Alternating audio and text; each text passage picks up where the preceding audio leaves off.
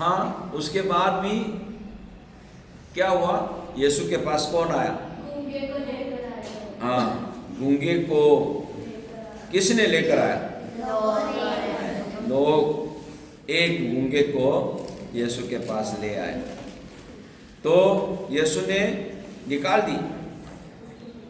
پھر گونگا بولنے لگا اور لوگوں نے تعجب کر کے کہا اسرائیل میں مطلب کیا ہے؟ یسوع کو چیکنگ کرنے کے لیے لے کر آئے. بھائی ایمان ہوتا تو تعجب کرنے کی کیا ضرورت ہے؟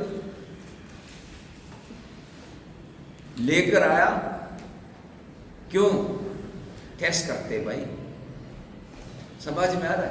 اچھا واقعی اس کے پاس طاقت ہے، قوت ہے، چیک کر دو. یسوع نے گونگا بولنے کی طاقت دے دیا بدرو کو نکال کے. شکریہ ادا کرنا چاہیے. کیا خیال ہے؟ تعجب کر رہے ہیں. تعجب کرنے کا مطلب ہوتا کیا ہے؟ ہم نے سوچا بھی نہیں تھا ایسا ہو گیا، سوچا بھی نہیں تھا لے کر کیوں آیا؟ وہ یہ تو ٹیسٹ ہے نا، یسوع کو ٹیسٹ کر رہا ہے. اچھا واقعی وہ ابن داؤد ہے. یسوع کے پاس آنے والے بہت سارے مقصد ہوتا ہے.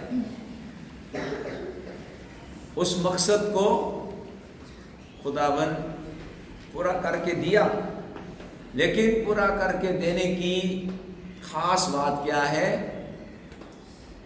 خاص بات یہ کہ لوگوں کو زندگی کا مقصد جانے، زندگی کا مقصد جانے، نہ کہ آوارہ پھرنے والے بنے. زندگی کا مقصد ہی نہیں معلوم، اس لیے کہہ رہے سر جی ہاں جھولے کھیل لوں، جھولے لے لوں، جمپنگ کروں. یہی پوچھتے رہتے ہیں نا. ہاں کچھ کبھی آیا یہ حل کر دو، سوال مشکلیں حل کر دو. پڑھائی کے وقت مشکل ہے، سوال لے کر آتے ہیں ایک دو، لیکن جھولے لینے کی اجازت ہر وقت. جیسے اسکول سے آتے ہیں سر جی ہاں جھولے لے لوں. میں کہتا ہوں ٹیوشن میں جانے کے لیے تیار رہو، پھر دوسرے کو آگے کرتے جا کے پوچھو اجازت مل جائے. بعد میں پوچھے بغیر کھیلنا شروع ہو جاتا ہے. اتنا کھیلنا شروع ہو گیا اتلیا ٹنگوں میں درد ہونا شروع ہو گیا.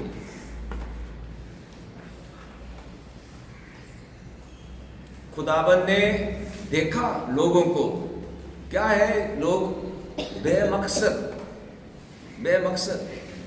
کیا بولا ہمیں؟ یسوع سب شہروں اور گاؤں میں پھرتا رہا.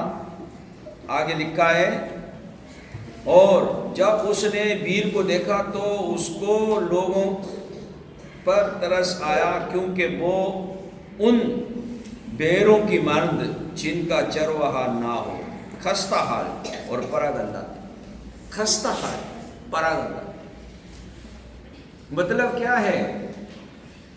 دو انڈوں نے یسوع کے بارے میں سارے راستہ پکارتے آیا ابن داؤد، اور ابن داؤد ہونے کا ثبوت بھی دیا کہ انڈوں کا آنکھ کھول کے ثبوت دیا ہے نا، تو اس کے پیچھے آنا چاہیے.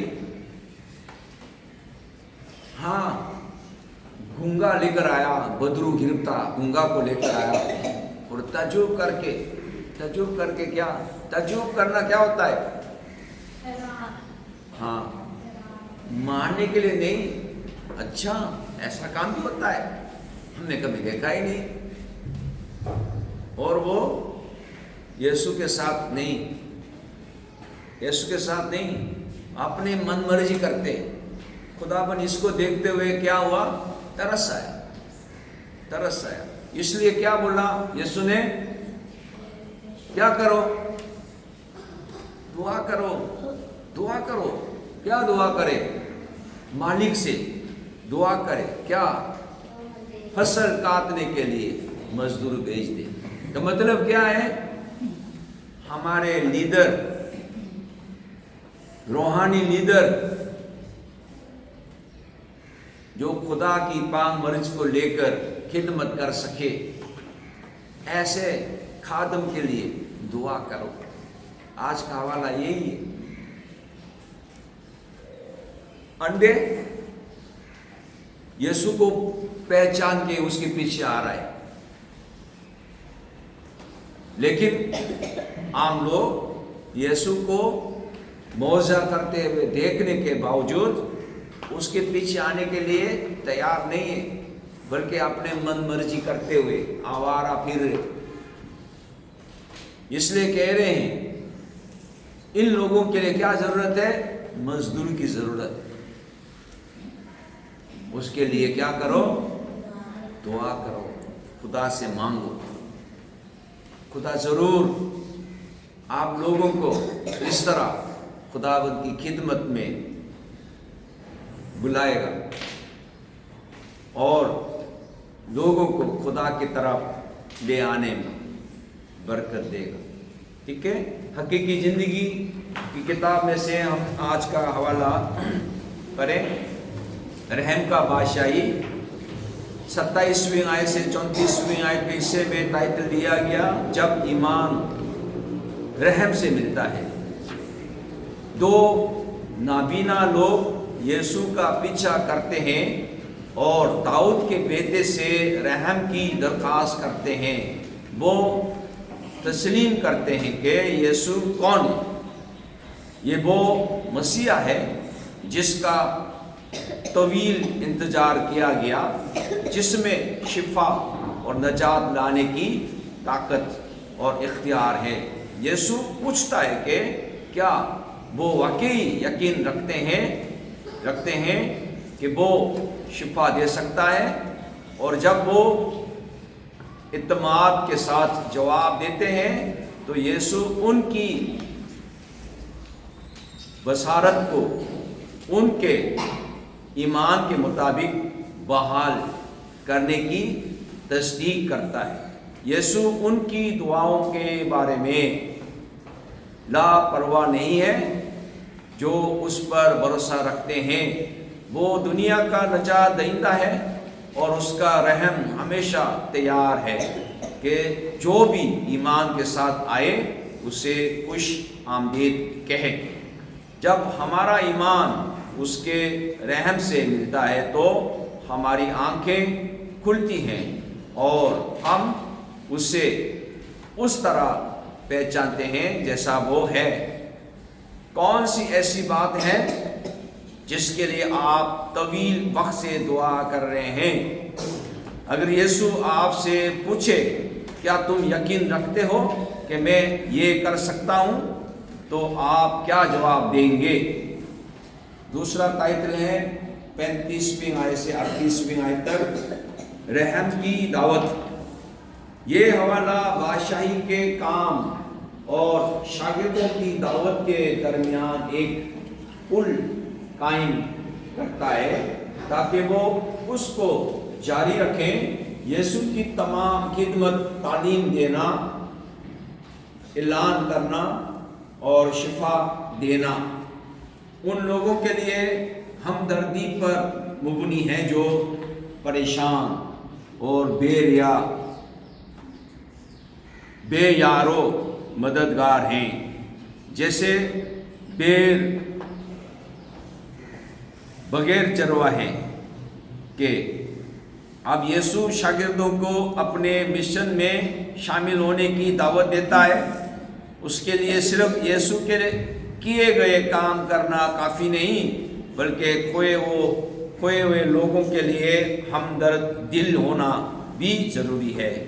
بادشاہی کی خدمت ہمدردی کی خدمت ہے اور ہم سب کو اپنے باپ کے دل کے مطابق چلنے اور اس کے کھیت کی فصل کے لیے خود کو پیش کرنے کی دعوت دی گئی ہے۔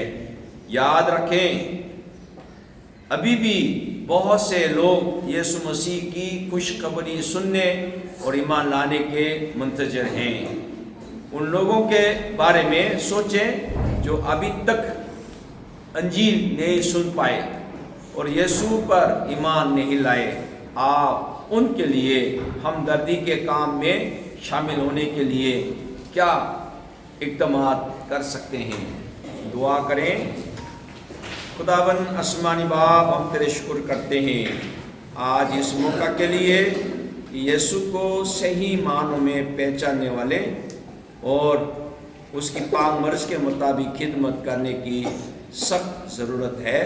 اے خداوند، ہم اس کام کے لیے دعا کرنے کے لیے آج نصیحت ملے ہیں۔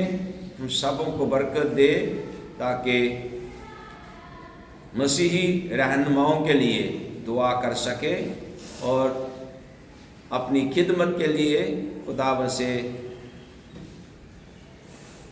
خدا کی پاک مرض کو طلب کرتے ہوئے آگے بڑھنے کے لیے بڑی برکت دے، تاکہ اس ملک میں مسیح لوگ ایمان میں مضبوط ہو کر خداوند کی خدمت میں آگے بڑھنے والے بن سکے۔ خداوند یسوع مسیح کے نام میں اے ہمارے باپ جو آسمان پر ہے، تیرا نام پاک مانا جائے، تیری بادشاہی آئے، تیری مرضی سے آسمان پر بھی ہوتی ہے زمین پر بھی ہو۔ ہمارے روز کی روز آج میرے اور ہمارے قصوروں کو معاف کر، کہ ہم بھی اپنے قصوروار کو معاف کرتے ہیں۔ ہمیں آزمائش میں نہ پڑنے دے بلکہ برائی سے بچا، کہ بادشاہی، قدرت اور جلال ہمیشہ تک تیرائی ہے، آمین۔ خداوند یسوع مسیح کا فضل، خدا باپ کی محبت، روح القدس کا شراکت، رفاقت اور حفاظت اب سبوں کے ساتھ اور کل ایمانداروں کے ساتھ آپ سے لے کر ہمیشہ تک ہوتے رہے۔